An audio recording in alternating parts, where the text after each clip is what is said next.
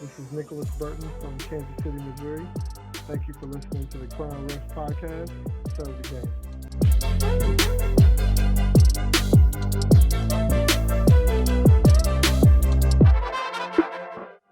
Okay, so as far as the IPR goes itself, I mean, I thought it was excellent. That was exactly what I was looking for. I mean, it couldn't have been better. I, like I said before, when you help people with their IPR, I like the way that you convey the information to them. And then, are you originally from New York, if you don't mind me asking? Yeah, yeah, I'm Okay, from New York. Born and so that upper northeast, you all are very direct, and I can handle that. Like that's how I was coached. That's how a lot of my coaches were. My high school coach was kind of like the Bobby Knight of high school. At that time in my area, in my era.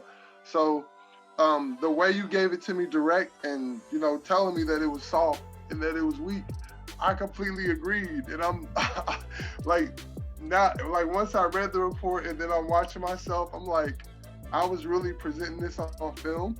Like you said, I'd have a strong call at the spot, and then I get to the table, and it's like I didn't want to be there. I didn't really care, and that was crazy to me. But that was one of the things I was telling you was that when I saw your video with the other young man, I had already taken some of those tips you gave him and started to put into my game. So even though I felt like that's an adjustment I started to make, it was still good to see it for myself and to have somebody else tell me, like, you look weak, you look soft. So that was good.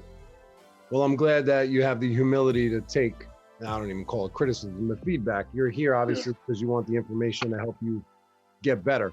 So I appreciate you, allowing us to kind of take your game and use it as a learning platform for obviously yourself, but for everybody else listening. So that says a lot about you. Yeah. What else in your notes do you want to start with? What stood out? I mean, the main thing as far as my notes go, I just kind of went through each of the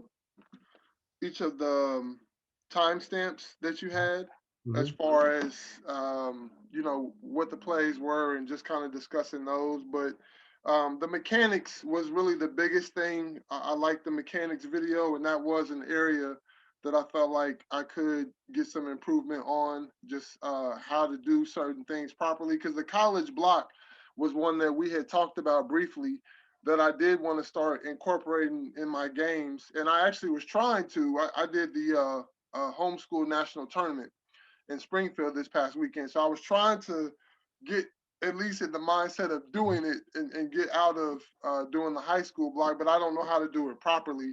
And I hadn't really been able to link up with anybody to show me. So that video that you gave me is something that I've already saved on my YouTube, and I'll go back and watch several times until I can get comfortable doing that the proper way and start incorporating it once I get back working AAU games here in the next week or so. So that was very Good. helpful. I'm glad that was useful. And just a quick tip, if you're transitioning from the open hand to the hips, and then transitioning to the fists to the hips, or whether you're a person that normally does the fists to the hips, if you're looking to just strengthen it, a cue that I use is once I stop the clock, then my offhand mirrors, and that becomes my starting point for my block.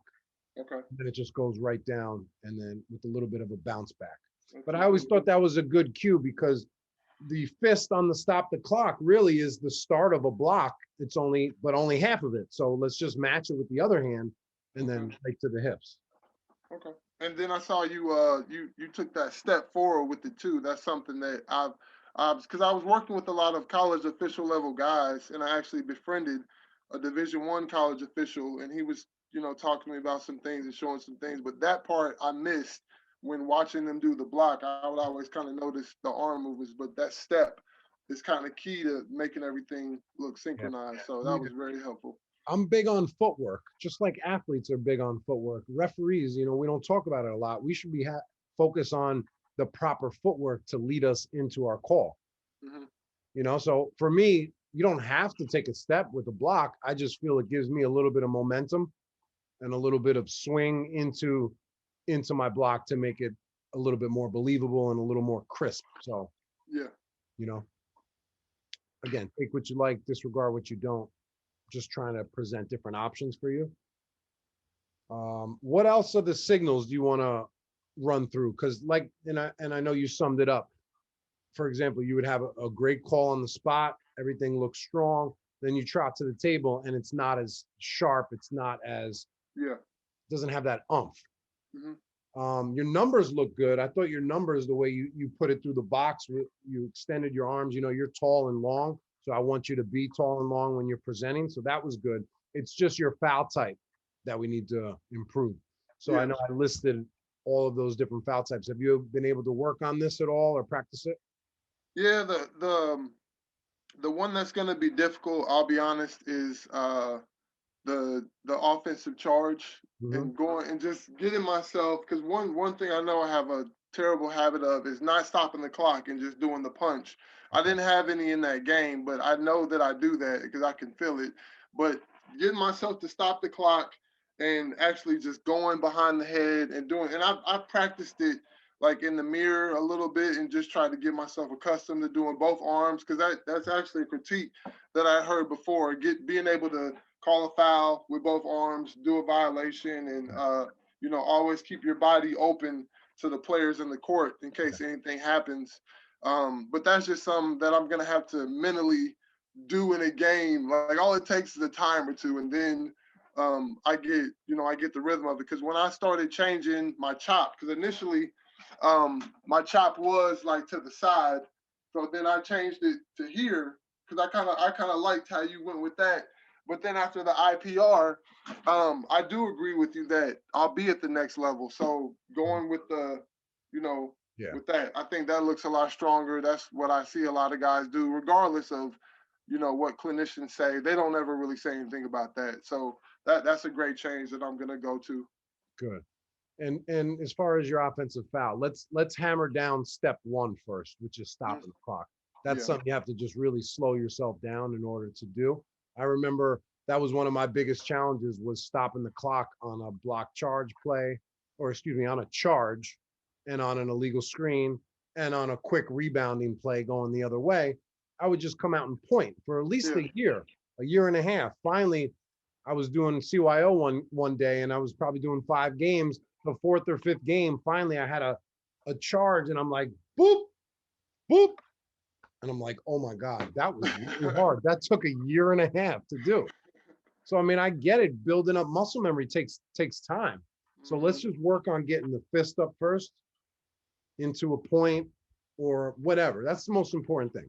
Before we can worry about going behind the head and making your offensive foul look strong, we got to stop the clock. Because if we have a blarge or any other time, a double whistle, it's going to help avoid a blarge and it's going to give you more time to make the right call. Right. Your 1-and-1 signal, I think you were a little confused because there's 2 ways we present a 1-and-1. At the table, we just show shoulder width, normal 1-and-1. And then when we go to the free throw line, when we go outward to the side, you did a bit of a hybrid both at the spot and at the free throw line. I don't know if you were just confused or if you thought that. Honestly, it's I'll just be honest. It's probably just laziness because that's what I see. You know, other veterans do. They're so casual with just doing whatever. So I just follow suit. Okay, don't follow unconsciously, right? Yeah, don't follow the veterans that are happy and satisfied with everything you're doing and not looking to, improve. Right. It could be a veteran or a rookie. Just don't follow that type of official, right? So on the spot, it's just a 1-and-1. Then when I get to it's full arms out. Okay, because that's what I see. The book is full out, but like you said, some of it's laziness, and then I'm like unsure. Like, well, nobody's ever said anything to me about that until you did, and that's what I wanted was an outside party, not from the area, no vested interest. Like you're not my assigner, but just to tell me, like, hey, what are you doing? Yeah. Like, what is that? So, I appreciate that. I'm glad you came to the right guy. Yeah. So here's what I want you to do. When you call a foul on the spot and we're in the bonus, foul, come right out with the bonus. Let everybody know 1-and-1, then point to your shooter. Okay. And then go report the foul, white 22, hits, 1-and-1, then go to the free throw line. Let your partner know 1-and-1, And then as you go to your spot, you just hold it there for a second as okay, as A1's dribbling the ball, then you start your count. But back to what I was saying, showing that 1-on-1 bonus on the spot, you really run the game. You're showing everybody you're running the game and you're in full control. We know what's happening next. And even if you are the non-calling official, come out with the 1-on-1 right away. Okay. That's part of being a great partner. And again, having that game awareness. Nick, you call a foul from lead and I know it's the 6th foul or it's going to be the 7th foul. As soon as you call that foul, do 1-on-1, Nick, here's your shooter. And you may do that too, but I'm gonna just take that as a guideline, whether I'm the calling official or non-calling official. Okay. I think it shows next level game awareness. So the hit, push, and the hold were 3 of the ones that stood off really soft, right? And it just comes down to a matter of popping it at the end, whether it's your hold, you know, being a little bit higher up, popping it up at the end. Your push, we need more extension. So you're just not extending, you're just tapping your hands. Yeah, those were the push, and I think it was in my chop. Those were the 3 that I made adjustments to. Like when I saw that video posted that day, this was probably about 3 or 4 weeks ago now, I started making changes I had like a sophomore game or something because they give me random stuff. But I tried to start incorporating it into that game right away. And gradually, like I've got those down a lot stronger. So. Awesome. Great. Yeah. Are there any more questions about that part of the report before we go into the game notes? Nope. I think that was it. All right. Well, unfortunately, we're having a little bit of computer issues today, so we're not going to share the screen, but you have the plays on your end, and I have them on my end. We'll do the best we can to explain them for the people listening. Okay. But the most important thing is me and you go back and forth, and I give you any more clarity on these plays. So, which play stood out? Where do you want to start? I know there's a lot of timestamps. I mean, I just went down the line and looked at all of them and just kind of, you know, giving my perspective on what I was thinking at that time. And then also some of these things are just kind of like a I don't want to say regional, but area thing. Like in Kansas City, this is just kind of what guys do, and that's just kind of how we run it. So, but the first play, 37-23, we had a guy beckoning in for subs. And you saw I chirped my whistle too when I put my hand up.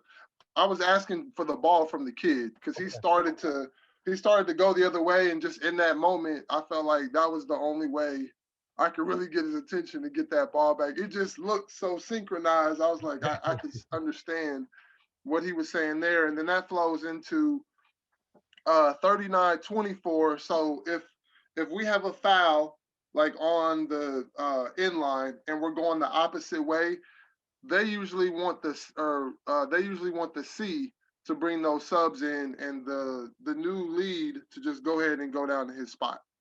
So if you ever saw me calling for subs at the C spot as we're transitioning, that's why we do that. And I don't know what other regions do. You know, could be. So yeah, it could be. Well, you know, I just made the comment that we really only need one official beckoning the subs. I think it's one person job.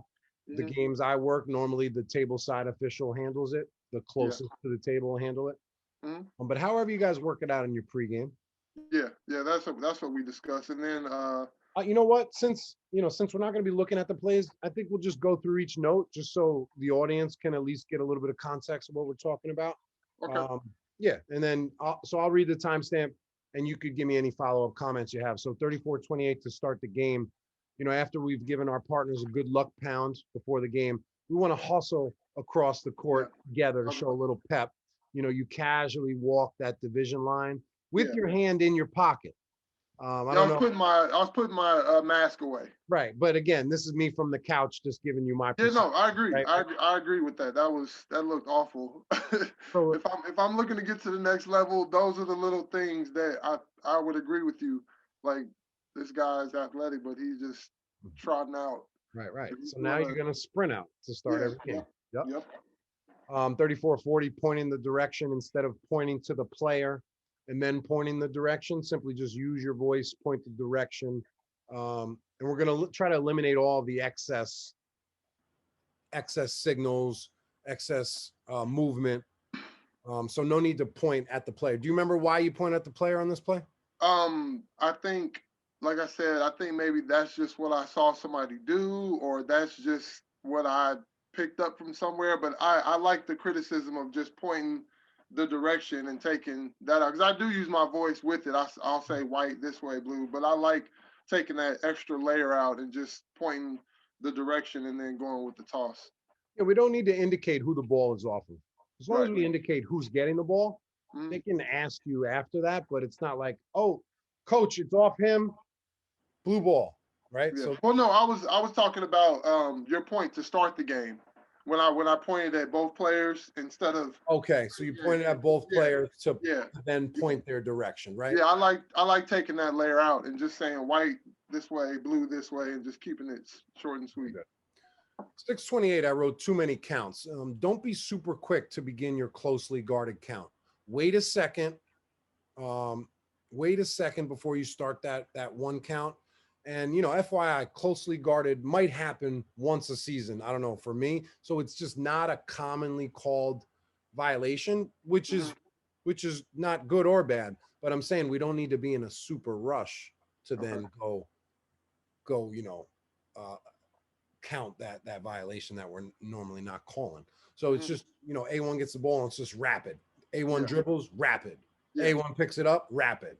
Just slow everything down. A1 has it. He's got it for a second. Okay, there's my one. Slow. Dribbles it, give it a second. One. Picks it up, give it a second. One. Yeah. This way you don't look like you're rushing around on the court, because Mhm. that it just makes you speed up. It makes you look sped up. Okay. 38-16 was a good sequence. You did a nice job rotating as the ball kind of gets stuck at the mid-court line. You were in lead. You put yourself in a really dependable position to then see the drive that came to you. Incidental contact, nothing, play on. So that was a really good sequence. We talked about the subs. 41-36, your partner had a call. The only reason why I'm commenting on your partner's foul on the clean block shot is to reassure you that you didn't miss anything on this play. Did you kind of, because I know when our partners have a whistle, we may disagree. Now we question ourselves like, oh, did I miss something there? So I just want to make sure you didn't do that on that play. No, I didn't think I missed anything. I thought whatever he had, maybe when that player, because I think he spent away from me and towards the sea. I thought maybe he saw something or had something. And then also, that's kind of what I was talking about earlier, the dilemma of working with those older guys. I think they know the game, they know how to call the game, but I think they're getting a little bit out of touch. And, just as you get older, things start to fail you. So I just think the vision piece isn't quite there for them. And then their discretion on contact is kind of, not the same as mine. So that's one of those where I'm like, hey, he's got to eat that. I didn't have anything. Right. 43-10, a 10-second count, but you started your 10-second count. It was basically a fast break. It was 1 second in the backcourt. And again, this is another not very commonly called violation. So we don't need to be in a super rush. It doesn't take a high priority over getting in a great position to see a fast break. Yeah. Yeah, I like that. The note I wrote down was like, unless we have like a dead ball, or unless as soon as they throw it in, the team just kind of springs a press, or there's like a lot of pressure. I don't really need to have that. I think that does look excessive, and it's like, all right, he's too mechanical. He's too by the book, do every single thing, the book asks, instead of kind of going with the spirit of some of the rules. So I like that critique. Here's a rules and mechanics change, and I don't know why it hasn't hit the high school game yet. The NBA and the NCAA, we don't do a 10-second or 8-second backcourt count. We just follow the shot clock. Yeah, I've heard that. Last time I checked, a machine is better at counting than a human. Yeah, I agree. So why are we sitting here like trying to give our version of what 10 seconds is? Let's go with the machine. Yeah. So I would recommend not even counting. If you're a high school basketball official listening right now, I would recommend not doing your 10-second backcourt count. For what reason? As long as we look at the shot clock, that's the best counter, no? Yeah. Okay, good. Well, talk. We also, do you all have a shot clock in Okay, well that would answer why some states still Y'all have saying that we work. don't So those I days think we're getting continue. to that point. Yeah, we're getting to that point where they're starting to ask us on surveys if we should incorporate a shot clock, but we don't have one yet. You don't have one. Okay, Yeah. cool. Sounds fun. All right, 46-49 to end the quarter. Any reason why you didn't hustle over the half court line to score this goal? Because where you scored it was from the 3-point line in the backcourt. Yeah, no reason. Just I think the way the transitions flowed, I think it just was a point where I was like, whew, you know, I was tired, and they happened to throw it down and shoot another layup. And then once again, it's just being too casual. Honestly, there's no real excuse. Just being too casual and not really putting in enough hustle, just flat out. Yeah, so when we have the last second shot, we got to really show urgency there. So let's say the guy shoots it from around the half court and you are at the position you were. You still have time to sprint about 10 Yeah, to come 20 feet sprinting. as the ball's still in the air or as it's coming through. By the time you're going to make that score the goal signal, you'll at least be in a somewhat decent position, way Yeah. more respectable position than where you were. So I Mm-hmm. know you have the effort and urgency to hustle up next time, but Yeah. just know the spotlight's going to be on you in that spot. So, if I'm a coach and I look over and I see the calling official 60 feet away, I might have something to say. Right. We talked about holding the ball. I'm sure you heard me touch on this topic, but we looked so much better as officials when we just hold it up Yeah, on a platter. yeah, that was another change I had made from a video you had with another guy. So I like that one, and seeing it on film really even brought it more to light of how awful that looks. But that's one kind of holding it up, especially with me being long. But I've noticed since I started doing that, kids are unsure of when to grab the ball. Like any other time, they're trying to yank it up. When I'm holding it there, they're like, All right, do so I, do I you're grab holding it? it too close to them. Maybe grab it in the other hand and don't allow them access to it until you present it, Yeah, yeah, right? yeah. And again, you don't have to hold it up high. I made a little edit to this, where as long as it's in your palm, Hmm. hold it over here, hold it out here, but as long as it's in your palm, like you're carrying a tray, I think that's better than on the hip. Okay. Okay, we talked about chopping of the clock. 49-39, you had a great no call. I thought you showed a high pain tolerance to allow this incidental contact to play on. Remember, think about pain tolerance, being a boxer, being able to take a punch, being able to take incidental contact without biting or calling a foul, so, and that just comes with patience, trust in yourself, being 1,000%. So that was good. 51-25, you had a block charge play. You had you call a Had a charge or block. block? I Had a had a block? block. It should have been a charge because the question you asked was what did the defender do wrong? Nothing. He had already established legal guarding position. All he did was slide, and I just went with a block. But it should have been a charge, or I could have went with a charge on that easily. I agree. So were you watching? Let's find out why you called it a block. Were you watching the defender the entire time? Well, I saw him go past the initial defender, and then he got right up on the second guy, and I saw the guy moving. And I know that as long as they've established legal guarding position, you can go side to side or backwards. I do know that. Just in that moment, I went block. Okay. And I don't really have a rhyme or reason. I went block. Looking at the film, that was a charge. Well, I know it just sounds like you didn't get your eyes to the secondary defender soon enough. You're reffing the primary guy, right? As soon as Yeah, he looks like it's going to be a blow by, that's when you got to shift and immediately pick up that second guy because you yeah, probably picked them up a second late, and then it's more reactionary. It's like yeah. I crash. did. Oh, he's moving. Block. Mhm. So I understand. I've seen this play 1,000 times, and I've seen refs call it a block 1,000 times. And I had to stop it and make sure because you have a better angle than me on film. But I Yeah, just sent you that illustrated screenshot of the defender staying straight up right upon contact. So yes, he's sliding left to the late, but on a dribble, I can slide left hmm as long as I've established the legal guarding position. So that's good. 56-05, mechanics and coverage. Try to avoid calling through the paint, especially when the potential point of contact occurs outside the block. So like further away from you, on the outside, you might not have an open look. Do you agree with that? And what'd you see on this play? Yeah, so on this play, from where the C was, the defender on the backside, that blue team, the away team, they kind of had a habit of wrapping guys up around the waist. So that's what I had from my side. I was able to see him wrap him up around the waist, and that's what led to the ball being dislodged. So that's why I went with the hold. Okay, cool. So we put the arm around the back and kind of used it as leverage to pull Yeah, in. yep, to get to that ball. All right. 58-43, travel, correct calls. The player takes an additional step after landing on 2 feet. Oh, so this is a hop step, right? So a hop step, you go 1 and then land onto 2. You got to land onto 2. You can't go 1, 1, 2. Right? Is that why you called the travel? Because it was Well, no, he did the hop step, but then he started, like, I don't know if he was trying to make his pass, but his back foot started sliding and he lost his balance. So that's when, he did the extra movements that led to a travel. That's what I had on it.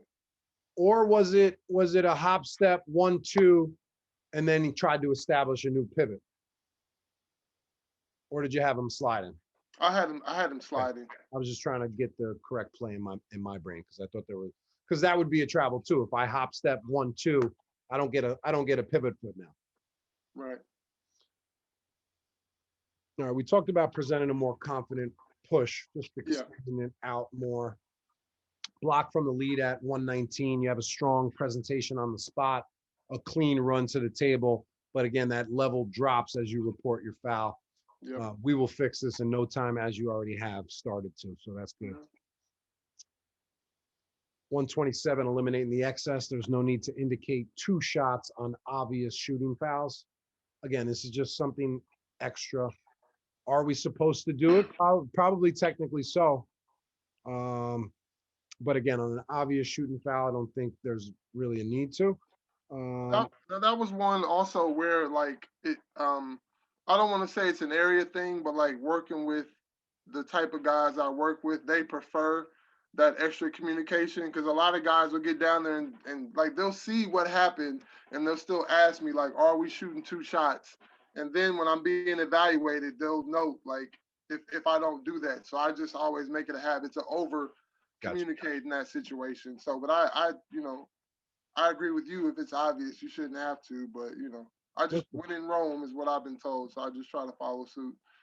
If you want to stay consistent and do that, that's great. I'm just finding ways that we can kind of reduce you, but that's not a bad thing. Presenting 2 shots at the spot, you're over communicating, as you said. So I mean, you're gonna run into less errors, right? So 128-22 to end the third. The center official correctly scores the goal before time expires in the quarter, but I'm just not sure why you also score the goal from the lead position. Yeah, I have no idea what I was doing. I looked at it several times and I'm like, I don't, maybe just subconsciously, and it came out awkwardly or it came outwardly, but I have no idea what I was doing. Okay, great. So, but that's the last time you're going to score the goal when it's not your primary. Right, yeah. That's it, and then just obviously be ready to score it when it is your primary. 120 or 130-23 report what happened. I did notice maybe a trend 2 to 3 times where you might not have reported the correct contact. What was this? I thought it was a push, but the defender, no, you reported a push, but the defender attempts to block the shot with one hand. Anytime they try to go with one hand, that's textbook hit to me. Okay. Hand to forearm is a hit. But see, my thinking on that was he tried to block the shot and he didn't hit him, but his momentum carried him through, and that's what led to him being on the ground. Okay. So that's what I have from my perspective, but the way you explain that, I can also see that as well. Is this the rebounding? This is a rebounding foul, right? No, that's when that's when the kid like was going to the basket, I believe on the left side in the second half, and he went up for the shot, and the guy tried to rotate over to block it, and he ended up going to the ground. Okay, what was the part of his body that contacted him? It's a good question. Like shoulder, chest, hip? uh, I just I think it was like I thought it was maybe like the off arm Okay. or something like that. Because I didn't see him like make any contact, you know, up top or anything. I just thought he, you know, came through and sent him to the ground. Well, normally the one hand I do think is a hit, but if we have a knockdown, it's very rarely that a hit caused a knockdown. Yeah. So again, we're nitpicking. It doesn't really matter what the foul was, as long as we got the call correct. If you report Right. a hit or a hold, again, small stuff. Yeah. But I don't want you to apply this into games moving forward where we're not reporting exactly what happened. Bro, no, I agree. I agree. Yeah. 138-15, great coverage. The center has the best view to see this contact from across the court. You do a nice job coming in strong. And I put we have to fix the way you show your one-on-one. So we took care of that already. Any other points on this play? Nope. 147, a hit from lead. Good job. No calling the three bodies on the floor, which they were all there legally due to incidental contact, but the foul you called wasn't visible on film. So my question here is, and I'm not saying it wasn't a foul, did the loud no call maybe force you to blow your whistle a little too early on incidental contact? No, once they had finally secured the ball, you know, the white team was behind. They were just too aggressive trying to go for the ball, and I had illegal contact on the backside. So Good. like, you know, from that camera view, it's hard to see, but I had a hold. Good. But you notice that happening sometimes where we have maybe two plays in one, and the first play brought our awareness up, brought our radar up, and now the second play we're a little jumpy. Yeah, I agree. It's a natural feeling. I had that last night where like bodies in the lane, and I'm like trying to no call the next play, which I did, and it was all good, but my sense of awareness was up. Yeah. So I don't want to be wrong and put something in the game just because like there was a loud play before that. Mhm. So 151, run the game. We promote. So if we don't establish communication guidelines, then the coach will create his own, and then we have to play catch up.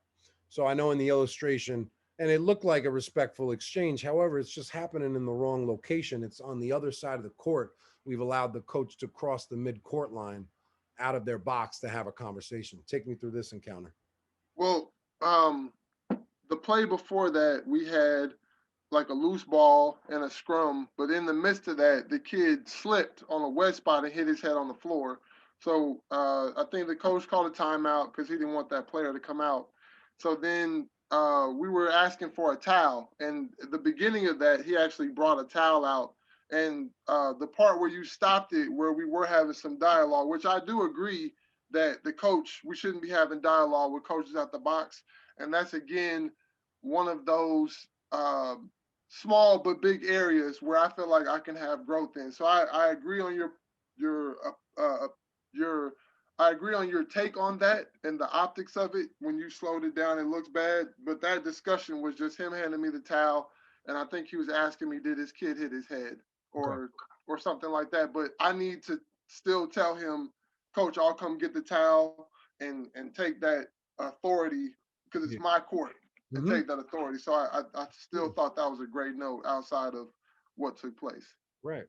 And as soon as you see him crossing out of the box, whoa, coach, I'll be right over to you. It doesn't have to be, Yeah. doesn't have to be tension around it. Mm-hmm. Coach, I'll be right there. Give me a moment. Yeah. Let's make sure we speak in your coaching box. Yeah. And I love that you said it's my court. You know, we are the authority of the game. There's so many times that we just allow the coach to be the authority figure in the game when we're backed up by the rule book. Yep. You know, so that was good. I mean, I wish we had we wish we had the computer working so we could visually see the plays, but I think we hit on a lot of good points. I want to use this last 10, 15 minutes, answer any other questions that you have, or are there any other topics that you want to talk about? No, honestly, I thought everything. Let me double check and go back to the IPR. I thought everything you sent me was great. for the most part. And I mean, that was exactly what I was looking for. And you gave me some points that I wasn't cognizant of, like physically aware, but when I could actually see it and have someone tell me, like, hey, or like, some of the questions you asked me, like, what were you doing there? And it made me look at the play and be like, what was I doing there? And the level that I'm trying to ascend to, I just felt like gaps and lapses like that I can easily eliminate by just, being more alert and just taking more onus of my craft, which is, why I subscribe to your service. So Appreciate you. Tell me about the rewatch. I know you rewatched your game last night. How was it with the IPR as an overlay? it was fantastic. I mean, like I said, I got to actually put words with my actions and see that, I had a strong call at the spot, and then I get to the table and I'm just like, push. He pushed him. You know what I mean? So that just was such an eye-opening statement. Like, I put this on film. This is what I was evaluated on by somebody. I don't know who, you know what I mean? And what did it prevent me from getting to? So things like that were just very helpful. And then also the clarity on the one-on-ones, just kind of seeing myself kind of just being laissez-faire, versus we got one-on-one and then, getting to the spot and everything having a pop. Let's make sure our one-on-one is straight. Oh, okay. Yeah, there you go. Okay. Okay. Sorry, I had to make that little adjustment. No, that's perfect. That's the way my brain thinks, man. As soon as I do these IPRs, I put the game on. I literally had 3 to 4 timestamps before you even threw the ball up. Just like the way you're standing, the way you're walking, I'm already getting all this motivation, inspiration. Yeah. So let me ask you this. You've been reffing 10 years. You're obviously very passionate about officiating. Why haven't you tried out for college yet? You say hi, Nick? Yeah, you say hi. Okay. Since you popped in the picture, say hi. That's Mr. Paul. Hi, how you doing? Good. Welcome to the Crown Refs podcast. He's helping Dad to become a better official. Okay. Your daddy's a good ref. Crown Refs is for the kids and the family. Oh yeah. Right? Oh yeah. Oh yeah. The reason I hadn't tried out for college just yet is just time-wise. I don't think I have the time for the travel, and then I didn't have a job where I could get off at 2, to be able to make the drive. And like you said, I have my son, so that was kind of my main focus. But I was looking to actually hit some college camp, or at least one, this spring or this summer or whenever it is, and start kind of that process. Because like I said, I befriended a guy that's a Division I official, and he just opened my eyes to some more possibilities and gave me some more options that I didn't realize were available. I thought it was kind of an all or nothing thing, but there are some different things that I can do to start getting my feet wet and getting visibility on that side. So I will be looking to do that. Good. I know you have, your job situation, but don't put up blocks before you know what the opportunity is. So, you don't know if you'll be tied up. You don't know how far you'll have to drive or how much of an inconvenience it'll be. I know you have the talent to be a college official. I know you have the passion to do that. So I would love to see, you go get your shot this summer. Definitely. Thank you. For sure. And you said you were a former player, right? You played a little semi-pro? Yeah, minor league, played in the ABA. How was that? It was great. It was a learning experience about the being a player, and then also kind of how teams are ran and how leagues fall apart, and I learned a lot. So it was good. Good. And where'd you play in college?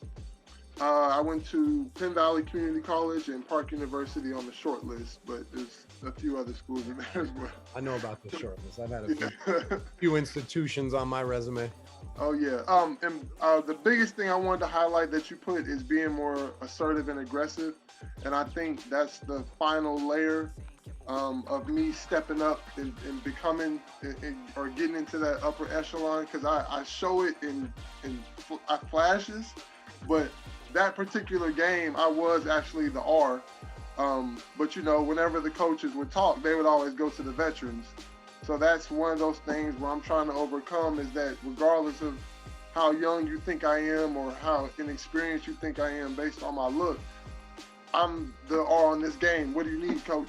Yeah. You know, and they know, all right, we need to go to that guy. That's who conducted the meeting. You know, that's who's handling everything on the floor. So that was a good observation as well. Listen, being the R, the U1 or the U2, in my opinion, is one of the most overrated aspects of officiating. Mm-hmm. I mean, like you said, we all need to be the R. There's 3 R's out there. Don't ever go approach the game like I'm the U1, I'm the U2. You're the R. We're all the R. And if you're not the R, you're the R. So, you know, the R is responsible for the pregame duties, administrative duties, checking the book, and last second shot. Besides that, we all have the same job. Mm-hmm. You know. But it was a real pleasure, man.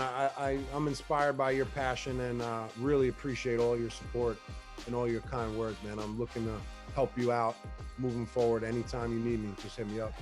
Okay, thanks a lot. I greatly appreciate it. All right, Nick, we'll take care. I'll talk to you soon, all right? And I want to see you send me clips of the new and improved Nick Burton. All right, I got you. All right, brother. Talk to you soon. All right. Later, man. Thank you for listening to the Crown Refs Podcast. Serve the game.